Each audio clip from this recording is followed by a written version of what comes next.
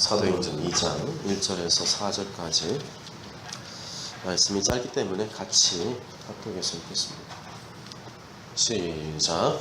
오순절 날이 이미 이름에 그들이 다 같이 한 곳에 모였더니 호련히 하늘로부터 급하고 강한 바람 같은 소리가 있어 그들이 앉은 온 집에 가득하며 마치 불의 혀처럼 갈라지는 것들이 그들에게 보여 각 사람 위에 하나씩 임하여 있더니 그들이 다 성령의 충만함을 받고 성령이 말하게 하심을 따라 다른 언어들로 말하기를 시작하니라. 아멘. 할렐루야. 교회란 무엇인가? 성령으로 변화된 교회라는 제목으로 하나님 말씀 증거하겠습니다. 성령님은 사람을 변화시킵니다. 사람이 사람을 변화시키는 것이 아니라 성령님이 사람을 변화시킨다고 말하는 것이 정확한 표현입니다. 사람은 변화시키는 도구로 쓰임받을 뿐 그 사람을 변화시키고 바꾸는 분은 성령님이신 줄 믿습니다. 예수님 믿는다는 신앙 고백이 있다고 해서 하나님의 교회를 잘 섬기는 것은 아닙니다. 인간을 온전히 새롭게 하시고 거듭나게 하시는 성령님의 역사를 뚜렷이 체험한 사람만이 하나님의 교회를 잘 섬길 수 있습니다. 토마스 슈라이너라는 분은 이렇게 말했습니다. 체험의 정서적인 기반을 강조하지 않고 그냥 지나쳐서는 안 된다. 말씀에 관한 지식과 함께 신앙의 체험이 뒷받침되어야 한다는 것입니다. 사도 베드로는 믿음의 사람이었습니다. 분명한 신앙 고백이 있는 사람이었습니다. 예수님께서 너희는 나를 누구라고 생각하느냐 물으셨을 때 베드로는 자신의 신앙을 분명하게 고백했습니다. 시몬 베드로가 대답하여 이르시되 주는 그리스도시요 살아계신 하나님의 아들이십니다. 아주 바르고 정확한 신앙 고백이었습니다.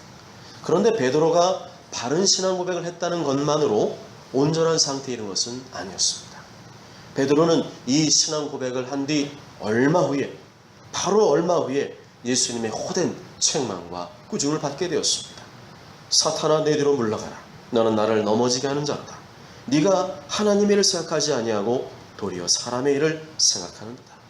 베드로는 예수님이 누구신지 알았지만 예수님께서 고난받으시고 십자가에 피 흘려 죽으시고 다시 3일 만에 부활하셔서 하나님의 영광을 드러내시며 인류의 구원을 완성해야 한다는 하나님의 일을, 하나님의 방식을 알지 못했습니다.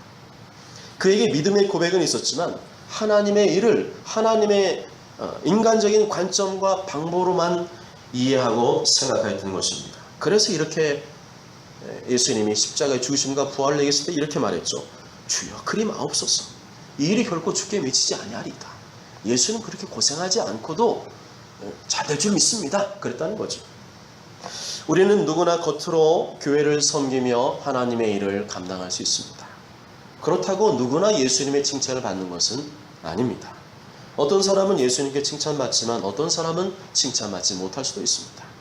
하나님의 일은 하나님의 관점과 방법으로만 해야 되는데 자꾸만 인간적인 관점과 방법으로 할 경우에 예수님으로부터 사탄아 물러가라 비슷한 예수님의 호된 책망을 들을 수 있다는 것입니다.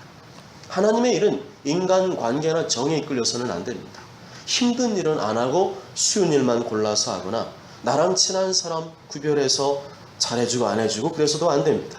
그것은 세상 어딜 가나 볼 수 있는 흔한 모습이 아니겠습니까? 처음에 베드로가 그랬습니다. 그랬던 베드로가 바뀌었습니다. 베드로가 사람의 관점과 방법을 버리고 제대로 하나님의 일을 시작하게 되었습니다. 그때가 언제였습니까? 성령 충만을 경험했을 때입니다. 베드로는 예수님께서 부활하신 지 50일째 되는 날, 곧 오순절 날에 성령 충만을 경험하게 되었습니다. 오늘 본문 4절에 이렇게 말씀하죠. 그들이 다 성령의 충만함을 받고 성령이 말하게 하심을 따라 다른 언어들로 말하기를 시작하니라.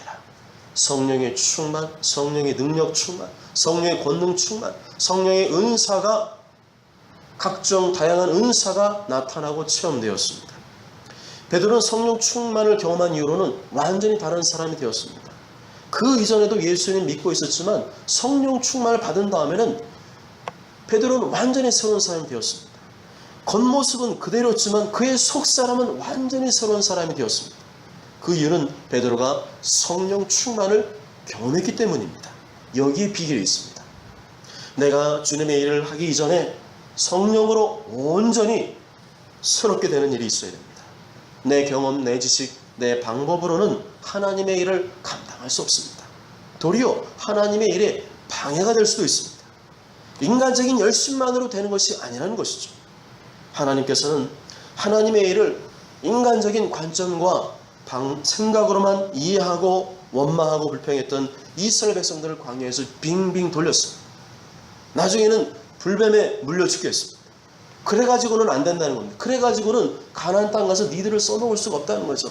하나님의 나라를 이루고 하나님의 영광을 드러낼 너희들인데 그런 것들에만 계속 머물러 있으면 쓸 수가 없으니까 계속 빙빙 돌려서 하나님이 바뀌길 원했습니다.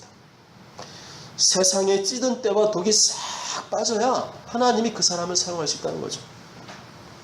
내가 예수 믿는다고 해서 그것이 확실하다고 해서 교회를 섬길 준비가 된 것은 아닙니다.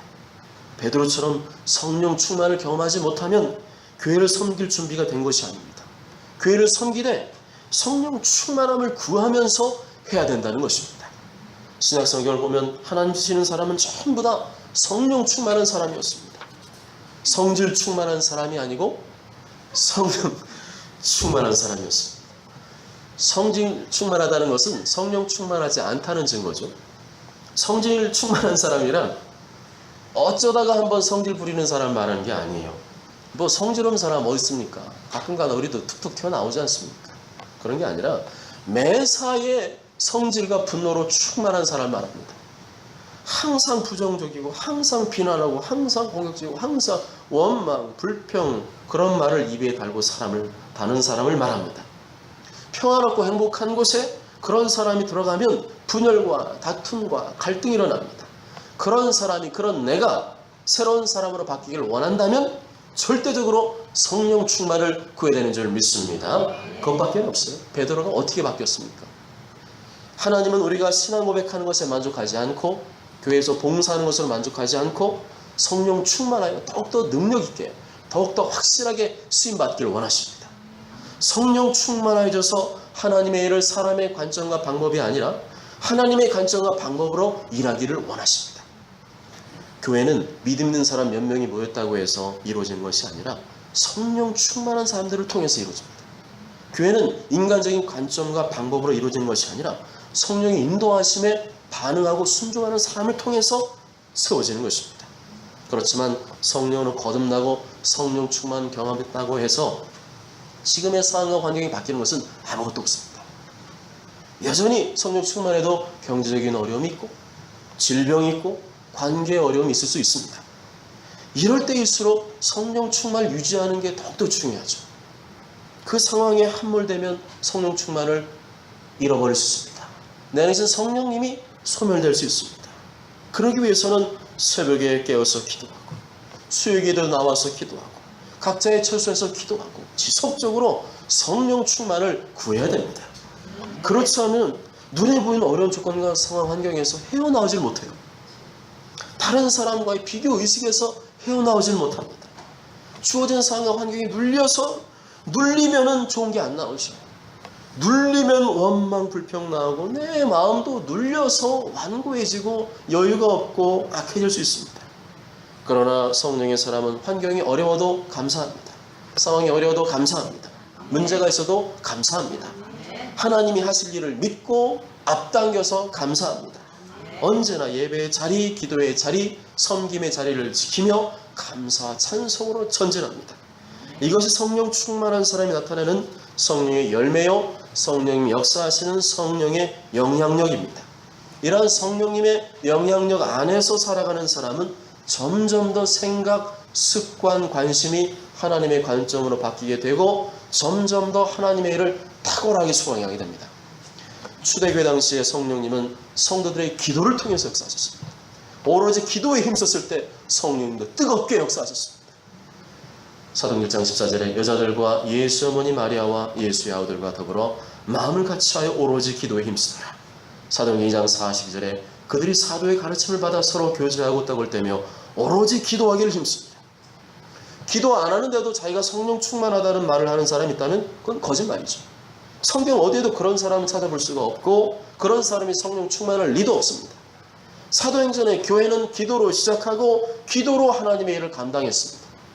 기도하는 교회는 하나님의 주권을 인정하는 교회입니다. 모든 것이 하나님으로부터 왔음을 분명히 인식합니다. 로마서 11장 36절에 이는 만물이 주에게서 나오고 주로 말미암고 주에게로 돌아갑니다. 그의 영광이 세세히 있을지어다. 그래서 성령 충만한 초대교회 성도들은 내 것을 내 것이라고 주장하지 않고 어떻게든 나에게 주신 것을 성도와 이웃에게 나눠주고 베풀어주고 그것으로 섬길까를 고민했습니다. 이러한 유무상통, 통용과 나눔은 성령 충만한 사람만이 할 수 있는 일입니다. 그렇게 하지 못하는 이유는 내가 성령 충만하지 못하기 때문입니다.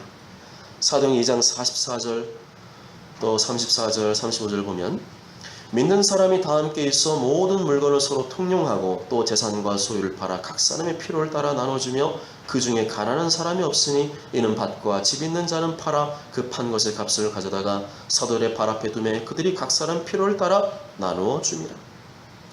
자기 앞가림만 생각하고 자기에게 없는 것만 생각하는 사람은 하나님의 주권을 믿을 수가 없습니다.